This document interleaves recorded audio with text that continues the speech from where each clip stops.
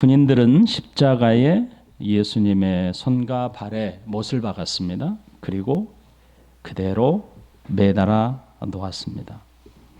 예수님의 좌우편에는 흉악한 범죄를 저지른 두 강도가 있었죠. 그 두 강도도 십자가에 함께 매달았습니다. 여러분이 잘 아는 것처럼 십자가형은 그때까지 가장 잔인하고 가장 고통스러운 죽음으로 형벌을 받는 처형 방식이었습니다. 예수님은 다른 제수와 다르게 처형 장소에 오기까지 채찍으로 거반 죽음에 가까운 고통에 이르렀었죠. 예수님은 십자가에 못 박기 전에 거의 죽음에 이르도록 만신창이가 되어 있었습니다. 당시 세상에서 존재하는 가장 잔인하고 가혹한 처형이 바로 십자가형입니다. 당시 존재하던 가장 잔인한 죽음은 십자가형이었기 때문에 일반적인 처형하는 사람들은 흉악한 범죄를 저지른 자에게만 내려졌던 방법이었습니다. 그래서 당시의 사람들은 십자가형에 달려 죽는 사람은 수천 번 죽는다라고 사람들의 입에 오르기 시작했던 것이죠. 이런 이유로 로마 시민권을 가진 사람들은 로마 정부에서는 십자가형에 결코 처형하지 않는 방법이었습니다. 그러므로 예수님 당시까지 인간이 가장 악한 것 그리고 가장 잔인하게 사람을 처형하는 방식으로 무엇을 꼽았냐면 바로 십자가형이었습니다.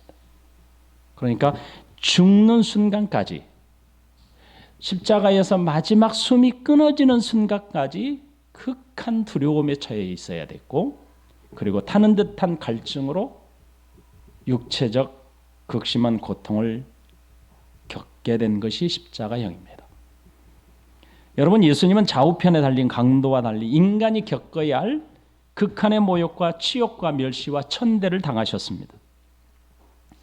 예수님은 십자가에 달리기 전에 쓰러져 그 자리에서 죽어도 이상하지 않을 만큼 많은 피를 흘렸고 온몸은 채찍에 살점이 뜯겨져 나가 성한 곳을 찾아볼 수 없었습니다. 이미 죽을 만큼 채찍에 맞아야 했다는 겁니다. 그것만입니까? 머리에는 가시면류관을 쓰셨어요. 우리가 잘 아는 것처럼 예수님 스스로 자신의 십자가를 지고 걸을 수 없어서 시몬이 대신 지고 갈 만큼 지쳐 있었던 겁니다. 그렇다면 여기서 우리가 한 가지 질문을 해야죠. 왜 예수님은 이토록 극한 고통을 겪어야 했습니까? 왜 이렇게 잔인한 방식인 십자가에 달려 죽어야만 했을까요? 사람들의 죄를 위하여 죽을 수 있다면, 굳이 죽어야 한다면 왜 하필 십자가형으로 예수님이 달려 죽어야만 했을까요? 그것은 우리는 두 가지 측면에서 볼 수 있어야 합니다. 그 첫째는 예수님은 인간이 겪어야 할 죽음의 고통을 다 겪어야만 했기 때문입니다. 십자가는 인간이 겪어야 할 극한의 고통입니다. 십자가형은 극악무도한 죄인에게만 내리는 당시까지 존재하던 가장 잔인한 사형 제도였습니다. 십자가는 당시 존재하는 형벌 중에서 가장 잔혹한 법정 최고형이었습니다. 역사적으로 이보다 더한 중한 죽음의 형벌이 있었다면 예수님은 아마 그 형벌을 선택했을 것이고 그 형벌을 올고지 감당했을 겁니다. 이보다 더 잔인하고 혹독한 죽음은 당시에는 없었습니다. 여러분이 잘 아는 것처럼 종교 지도자들이 종교적인 이유로 예수님을 다른 방식으로 얼마든지 죽일 수 있었어요. 하지만 예수님을 그렇게 하지 않았습니다. 가늠한 여인을 돌을 들어 죽이고자 했던 것처럼 얼마든지 율법적으로 형벌을 가할 수 있었습니다. 하지만 종교 지도자들은 그렇게 하지 않았습니다. 왜 그럴까요? 죄의 형벌로 인해서 고통을 겪어야 하는 이 모든 고통을 하나도 남김없이, 인간이 겪어야 할 모든 고통을 빠짐없이 감당해야 했기 때문입니다. 여러분, 그 고통의 종착점이 어디입니까? 바로 죽음입니다. 예수님은 사람이 가진 모든 고통을 짊어지셔야 했습니다. 하나도 남김없이, 인간이 겪어야 할 모든 고통을 하나도 남김없이 지셔야 했기에 당시까지 존재했던 가장 잔인한 고통스러운 처형인 십자가에 죽어야만 했던 겁니다. 그러므로 예수님은 육체가 겪어야 할 모든 고통을 받으셔야 했고 반드시 죽어야 했습니다. 왜 그럴까요? 그것은 죄의 삭은 사망이기 때문입니다. 로마서 6장 23절, 죄의 삭은 사망이요 하나님의 은사는 그리스도 예수 우리 주 안에 있는 영생이니라. 사망은 하나님을 떠난 인간에게 주어진 하나님의 진노입니다. 갈라디아서 3장 13절, 그리스도께서 우리를 위하여 저주를 받은 바 되사 율법의 저주에서 우리를 속량하셨으니 기록된 바 나무에 달린 자마다 저주 아래 있는 자라 하였습니다. 실제로 당시에는 십자가에서의 죽음을 하나님의 진노로, 저주로 생각했습니다. 사람들은 예수님이 하나님의 저주를 받아 십자가에서 죽어가고 있다, 죽는다고 생각했습니다. 죄인이 받아야 할 하나님의 저주를 온전히 받아야 했기에 예수님은 십자가에 달려 죽으셔야만 했던 겁니다. 예수님은 그래서 이 땅에 오셔서 이 땅에 오신 자신의 이유가 무엇인지 이렇게 설명하셨어요. 마가복음 10장 45절, 인자가 온 것은 섬김을 받으려 함이 아니라 도리어 섬기려 하고 자기 목숨을 많은 사람의 대속물로 주려 함이니라. 사람의 죄에 싹인 사망을 해결하기 위해서는 반드시 누군가 대신 죽어야 합니다. 여러분, 죽음을 사기 위해서는, 죽음을 해결하기 위해서는 죽음을 대신할 수 있는 것이 있어야 합니다. 그렇지 않습니까? 그런데 죽음을 대신할 것은 죽음 이외에 그 어떤 것도 없어요. 오직 죽음은 죽음으로 지불해야 끝이 납니다. 그렇지만 죽음은 죄의 형벌이기 때문에 죄인은 죽음을 지불할 수가 없어요. 빚진 자가 자신의 빚을 갚을 수 있는 능력이 없기 때문에 빚을 갚을 수 없는 논리와 같은 겁니다. 죽음을 지불할 수 있는 유일한 방법은 무죄한 자가 죽어야 합니다. 그래야만 죽음을 지불할 수 있어요.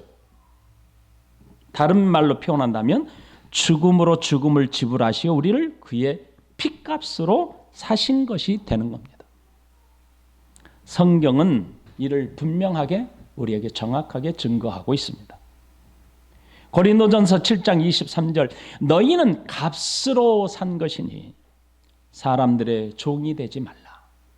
사도행전 2장 28절, 여러분은 자기를 위하여 또는 온 양떼를 위하여 삼가라. 성령이 그들 가운데 여러분을 감독자로 삼고 하나님이 자기 피로 사신 교회를 보살피게 하셨느니라. 디도서 2장 14절, 그가 우리를 대신하여 자신을 주심은 모든 불법에서 우리를 속량하시고 우리를 깨끗게 하사 선한 일을 열심히 하는 자기 백성이 되게 하려 하심이라. 우리를 속량했다는 겁니다. 베드로전서 3장 18절, 그리스도께서 단번에 죄를 위하여 죽으사 의인으로서 불의한 자를 대신하셨으니, 의인으로서 불의한 자를 대신한, 죄가 없으신 분이 죄를 속량하기, 사망을 해결하기 위해서 대신 죽으셨다는 것이요. 왜냐하면 우리를 하나님 앞으로 인도하려 하심이라. 육체로는 죽임을 당하시고 영으로는 살리심을 받으셨으니.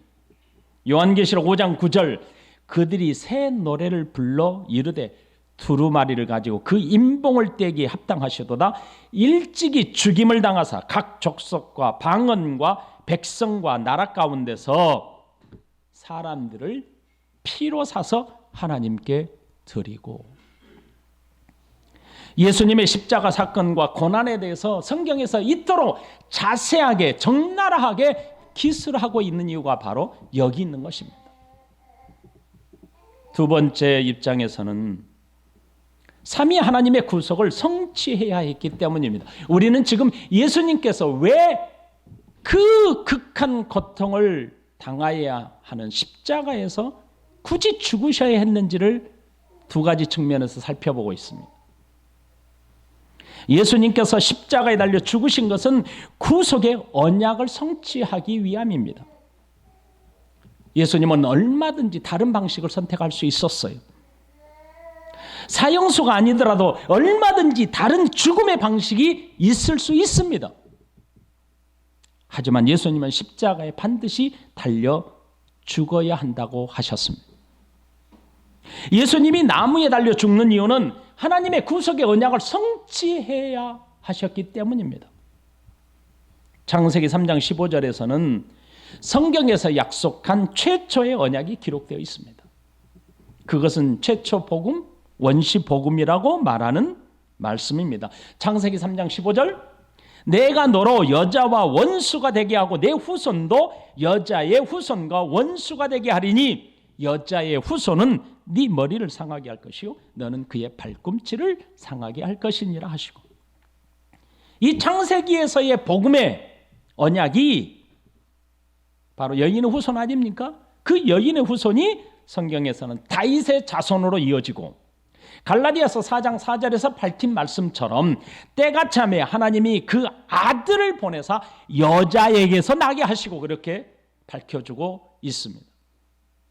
이 여인의 후손으로 예수님이 오셔서 십자가에 달려 죽을 것을 이미 구약에서는 예표적인 사건으로 우리에게 보여주셨습니다. 그 예표는 광야에서 달린 들림 장대에 달린 뱀이었습니다. 요한복음 3장 14절로부터 17절, 모세가 광야에서 뱀을 든 것 같이 인자도 들려야 하리니 이는 그를 믿는 자마다 영생을 얻게 하려 하심이니라. 하나님이 세상을 이처럼 사랑하사 독생자를 주셨으니 이는 그를 믿는 자마다 멸망하지 않고 영생을 얻게 하려 하심이라. 하나님이 그 아들을 세상에 보내신 것은 세상을 심판하려 하심이 아니요 그로 말미암아 세상을 구원받게 하려 하심이라. 어떻게 오셨다고요? 모세가 광야에서 뱀을 든 것 같이 인자 바로 예수님도 그렇게 죽어야 한다. 이것은 세상을 구원받게 하려 합니다. 이렇게 말씀하셨습니다.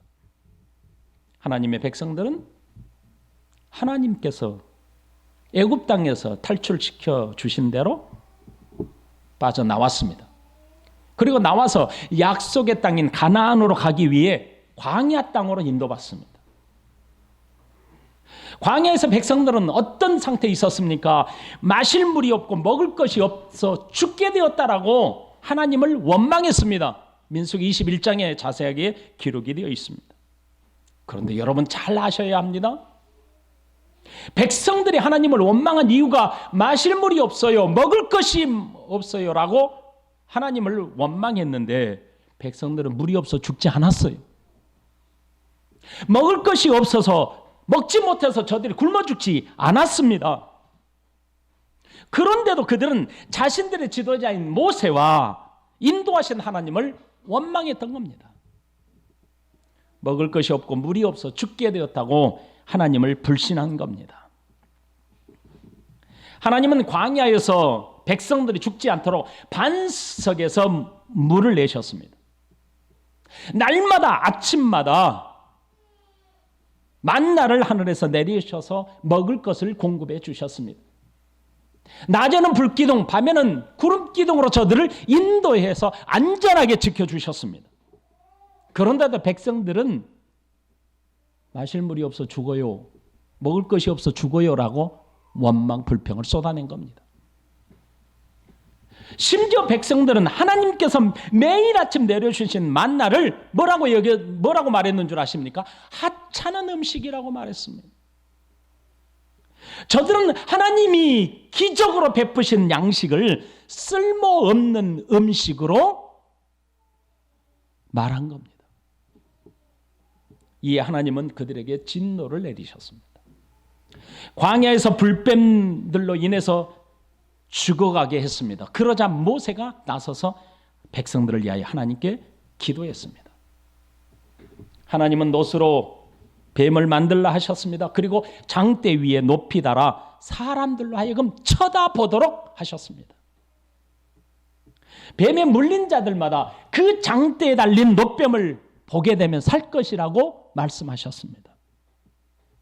예수님은 바로 광야의 놋뱀을 들어 이렇게 말씀하신 겁니다.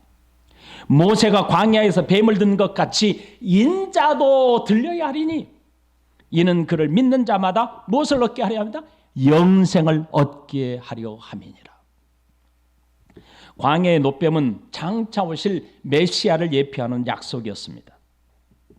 이는 온 인류를 구원하실 예수 그리스도를 예표했던 겁니다. 예수님은 바로 자신이 광야의 놋뱀과 같이 십자가에 달려 죽게 될 것이고 이로 인해서 인류는 구원 곧 구속을 받게 될 것이라고 약속하신 겁니다. 신명기에서는 십자가에 죽는 자들마다 하나님의 저주로 말씀하고 있지요. 신명기 21장 22절 23절 사람이 만일 죽을 죄를 범함으로 네가 그를 죽여 나무 위에 달거든 그 시체를 나무 위에 밤새도록 두지 말고 그날에 장사하여 내 하나님 여호와께서 내게 기업으로 주시는 땅을 더럽히지 말라. 나무에 달린 자는 하나님께 저주를 받았습니다. 사망은 죄의 결과지요. 그런데 죄의 형벌은 하나님의 진노의 결과입니다. 그러므로 사망을 해결하기 위해서 저주를 짊어지셔야죠. 그래서 십자가에 달려 죽어야 했던 겁니다. 아까 말씀드린 것처럼 죄의 값이 사망이기 때문에 사망을 해결해야 되는데 죄 있는 자는 사망을 해결하지 못해요. 무죄하신 하나님만이 이 문제를 해결할 수 있었던 것입니다. 예수님께서 나무에 달려 죽었던 이유는 하나님의 구속의 경륜을 따라야 했기 때문입니다. 군인들은 이 구속 경륜을 모르고 예수님을 십자가에 못 박아 죽게 했지만 하나님은 이를 통해서 자신의 구속의 경륜, 구속의 약속을 성취하신 겁니다. 예수님의 양편의 강도들이 예수님과 함께 못 박혀 죽어가자 수많은 사람들이 그 모습을 지켜보았습니다. 그런데 요한복음 19장 25절부터 27절 말씀에 보면은 그 밑에서 예수님의 죽어가는 모습을 보았던 사람들의 내용이 기록이 되죠. 요한복음 19장 25절부터 27절입니다. 여러분 한번 찾아보세요. 예수의 십자가의 곁에는 그 어머니와 이모와 글로바의 아내 마리아와 막달라 마리아가 섰는지라 예수께서 자기의 어머니와 사랑하시는 제자가 곁에 서 있는 것을 보시고 자기 어머니께 말씀하시되 여자여 보소서 아들이니라 하시고 또 그 제자에게 이르시되 보라 네 어머니라 하신대 그때부터 그 제자가 자기 집에 모시니라. 우리는 지금 마가복음의 순서에 따라서 예수님의 십자가 사건을 살펴보고 있는데요. 공관복음, 사복음서 전체 그 역사적 순서대로 지금 십자가의 사건을 살펴보고 있는 중입니다. 예수님의 십자가 아래에서 지켜보던 어머니 마리아와 이모, 그리고 글로바의 아내 마리아, 그리고 막달라 마리아, 그리고 사랑하는 제자 요한이 서 있었습니다. 예수님은 이들에게 십자가상에서 두 번째의 말씀을 하십니다. 가상칠언 중에 두 번째.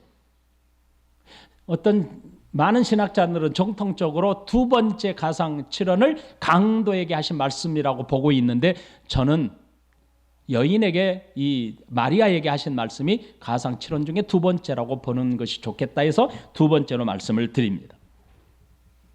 예수님께서 십자가에 달려 극한의 고통 속에 있을 때에 4명의 여인과 그 곁에 사랑하는 제자 요한이 서 있었습니다. 이들은 눈물로 십자가 위에 신음하시는 예수님과 함께 고통하고 있었을 것입니다. 예수님은 먼저 어머니 마리아에게 요한을 바라보면서 이렇게 말씀하십니다. 자기 어머니에게 말씀하시되 여자여 보소서 아들이니이다 라고 말씀하십니다. 예수님은 여기서 일반적인 여성을 지칭하는 호칭인 여자여라고 하셨습니다.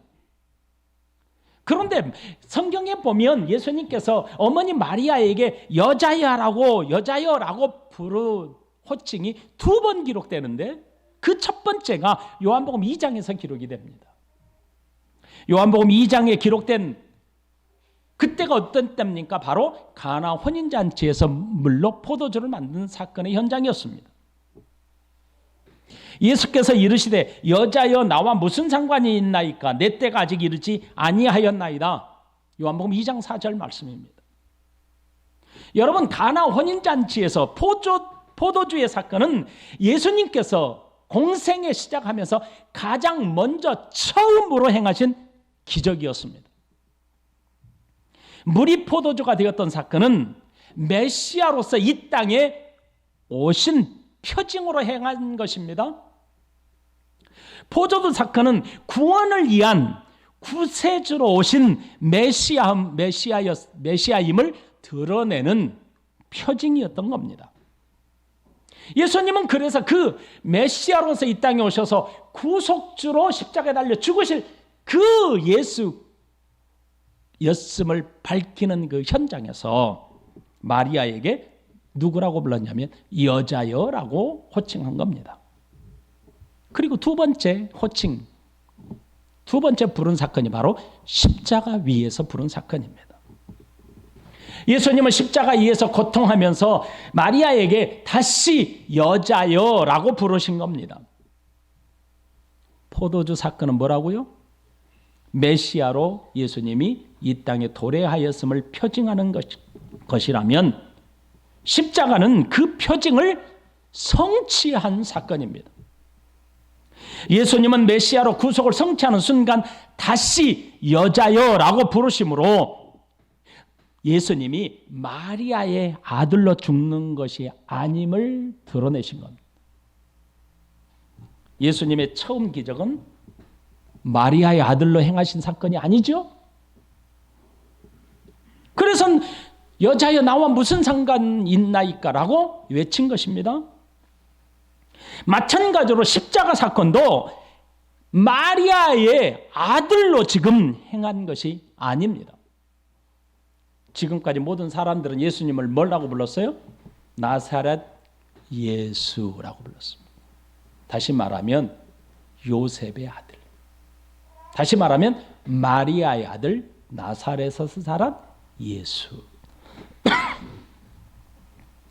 그러므로 십자가에서 죽으시는 예수님은 지금까지 사람들이 생각했던 마리아의 아들로 죽어가는 것이 아니라는 것을 밝히고 있는 겁니다. 예수님이 십자가에 달려 죽으신 것은 바로 하나님의 구속 경륜에 따라 십자가의 메시아로 죽는 겁니다. 여러분 계속해서 예수님은 요한을 바라보면서 이렇게 말씀하셔요. 보라 네 어머니니라. 예수님은 인간적으로 아들을 잃어버리고 살아가야 할 마리아를 요한에게 위탁합니다. 부탁했습니다. 예수님 입장에서 마리아의 자녀들이 분명히 있었습니다. 그들보다 사랑하는 제자 요한에게 어머니를 위탁했습니다.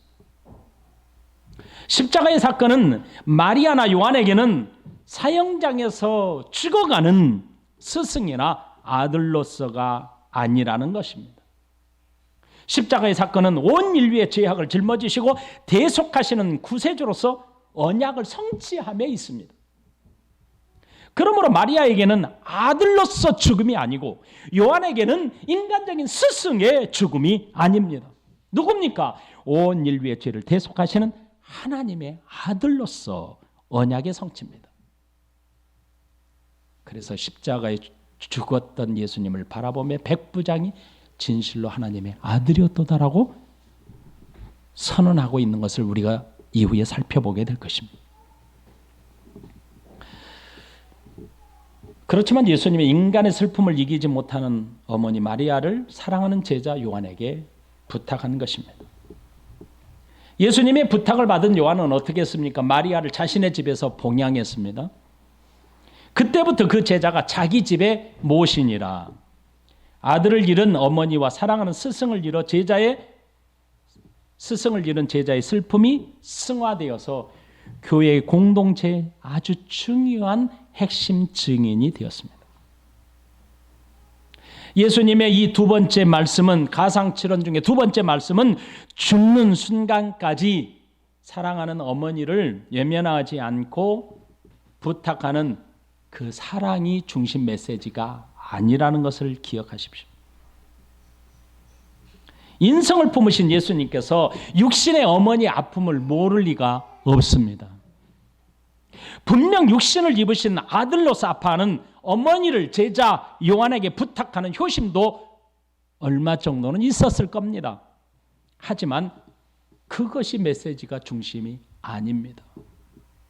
십자가에서 죽으시는 예수님은 마리아의 아들로서가 아니라 하나님의 아들로서 구속을 위한 성취가 중심이라는 겁니다. 오늘 본문에서 십자가에 달린 예수님을 바라보던 사람들은 비웃고 조롱합니다. 마가복음 15장 29절부터 32절의 말씀에 보면 세 부류가 등장합니다. 29절에 지나가는 자들은 자기 머리를 흔들며 예수를 모욕하여 이르되 아하 성전을 헐고 사흘에 짓는 자여 네가 너를 구원하여 십자가에서 내려오라 하고 31절에 두 번째 부류가 나옵니다. 그와 같이 대제사장들도 서기관들과 함께 희롱하여 서로 말하되 그가 남은 구원하였으되 자기는 구원할 수 없도다. 이스라엘 왕 그리스도가 지금 십자가에서 내려와 우리가 보고 믿게 할지어다 하며 세 번째 부류가 나옵니다. 함께 십자가에 못 박힌 자들도 예수를 욕하더라. 세 부류가 나옵니다. 지나가는 자들, 대제사장들과 서기관들, 그리고 예수님의 양편에 십자가에 달린 강도들입니다. 지나가는 자들은 어떻게 했습니까? 자기 머리를 흔들었습니다. 그리고 예수님을 모욕했습니다. 머리를 흔든다는 것은요, 대단히 사람을 경멸한다는 표현 방식입니다. 그들은 예수님을 향해 머리를 흔들며 심한 욕설을 퍼붓기 시작했던 겁니다. 지나가는 자들의 이런 모습은 자신들이 하는 일이 성경에 이미 예고된 것인지 알고 했을까요? 저들은 몰랐을 겁니다. 그러나 성경은 이것까지 기록하고 성취하고 있다고 기록해 줍니다. 시편 22편 7절로 8절 나를 보는 자는 다 나를 비웃으며 입술을 삐죽거리고 머리를 흔들며 말하되 그가 여호와께 의탁하니 구원하실 걸 그를 기뻐하시니 건지실 걸 다 비웃으며 머리를 흔들며 입술을 삐죽삐죽거리며 모욕한다고 한 겁니다. 지나가는 사람들은 머리를 흔들며 말합니다. 아하 성전을 헐고 사흘에 짓는다는 자여 네가 너를 구원하여 십자가에서 내려오라 하고 그들은 자신의 머리를 흔들며 혀를 차면서 이렇게 말한 겁니다. 아하 이건 감탄사인데 비웃는 거죠. 허허 저 이런 뜻이죠. 허허 저 성전을 헐고 사흘에 짓겠다고 했던 사람이 십자가에 달려 아이고 저렇게 죽어가는구나. 야 이놈아 성전을 사흘 만에 지을 정도로 능력이 있다면서 어찌 너 자신은 십자가에서 내려오지도 못하느냐. 어서 한번 십자가에서 내려와 봐라 라고 조롱과 모욕을 던진 겁니다. 여러분 성전을 헐고 사흘에 짓겠다고 했다는 것에 대한 조롱은 이것이 처음이 아니죠. 종교 재판에서 거짓 증인들의 주장 그대로인 것이죠. 그들의 거짓 주장이 십자가에서 죽어가는 예수님을 향하여 다시 한번 조롱하기 위해 사용했던 겁니다. 그리고 덧붙이기를 네가 너를 구원하여 십자가에서 한번 내려와 봐라 라고 외쳤던 겁니다. 이 말은 저주스러운 십자가를 왜 지고 있느냐, 왜 십자가에 매달려 처절하게 그 고통을 하면서 죽어가고 있느냐, 그러지 말고 너 내려와서 네가 진짜 메시아임을 증명해 보라는 겁니다. 예수님 얼마든지 그렇게 할 수 있었어요. 그런데 아까 두 가지 측면을 말씀을 드린 것처럼 예수님께서 이 모든 모욕을 참으신 이유가 있다고요. 그 이유가 무엇입니까? 십자가는 죽어야만 메시아로서의 약속을 성취하기 때문입니다. 예수님께서 십자가 위에서 극한 고통을 겪고 있을 때 지나가는 사람들은 머리를 흔들며 심한 욕설을 뱉어냈어요. 그들에게 예수님의 십자가를 이해할 수 있었을까요? 결코 이해 못해요. 지금까지 예수님은 많은 기적과 이적을 행하셨습니다. 병든 자를 고쳤어요. 귀신 들린 자들로부터 귀신을 내어 쫓았어요. 사람들이 행할 수 없는 놀라운 기적을 행하지 않았습니까? 그런데도 저들은 예수님을 믿지 못했어요. 십자가의 진리는 바로 그렇다고요. 불신자들에게는, 믿지 못하는 자들에게는 십자가는 아무런 의미가 없습니다. 하지만 이 저주의 십자가는 하나님의 택한 백성들에게는 구원을 위한 유일한 방법이라는 것을 믿는 겁니다. 고린도전서 1장 18절로 27절 말씀을 우리 다 같이 찾아서 읽어보겠습니다. 고린도전서 1장 18절부터 27절. 고린도전서 1장 18절부터 27절. 교독하십시다. 18절 제가 먼저 읽습니다. 십자가의 도가 멸망하는 자들에게는 미련한 것이요 구원을 받는 우리에게는 하나님의 능력이라.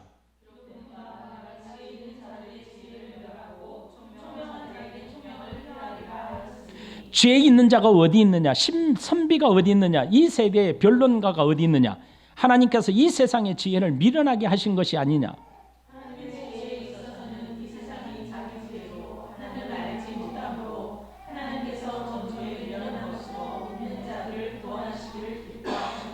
유대인은 표적을 구하고 헬라인은 지혜를 찾으나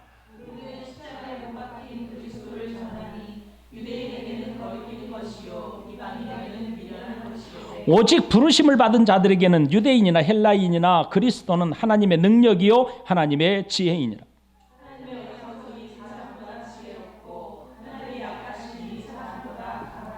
형제들아 너희를 부르심을 보라. 육체를 따라 지혜로운 자가 많지 아니하며 능한 자가 많지 아니하며 문벌 좋은 자가 많지 아니하도다.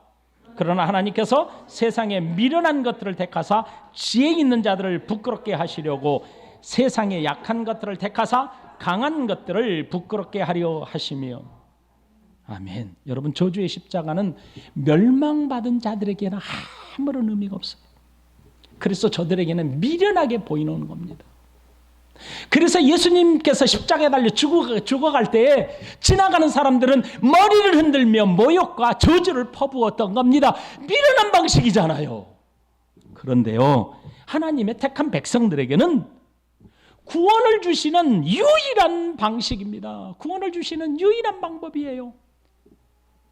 그래서 성경은 구원을 주시는 하나님의 능력이 됨이라 이렇게 우리에게 밝혀주고 있습니다. 여러분 십자가를 바라보며 불신자들 믿지 않는 자들에게는 참으로 미련하고 이해할 수 없는 거죠. 왜 그렇게 십자가를 붙들고 살아야 하는지를 이해 못해요. 하지만 택함받은 하나님의 백성들은 십자가가 얼마나 소중한지, 이것 아니면 내가 살 수 없어요, 이 방법 아니면 내가 구원받을 수 없었어요 라고 고백하는 것이 믿음인 겁니다. 여기 앉아있는 우리 모두 다가 하나님의 지혜인 세상의 지혜를 미련하게 만들고 하나님의 지혜로 우리를 건져내시는 이 놀라운 능력을 체험하는 은혜의 백성들 다 되시기를 예수님의 이름으로 축복합니다. 아멘. 같이 기도하십시다.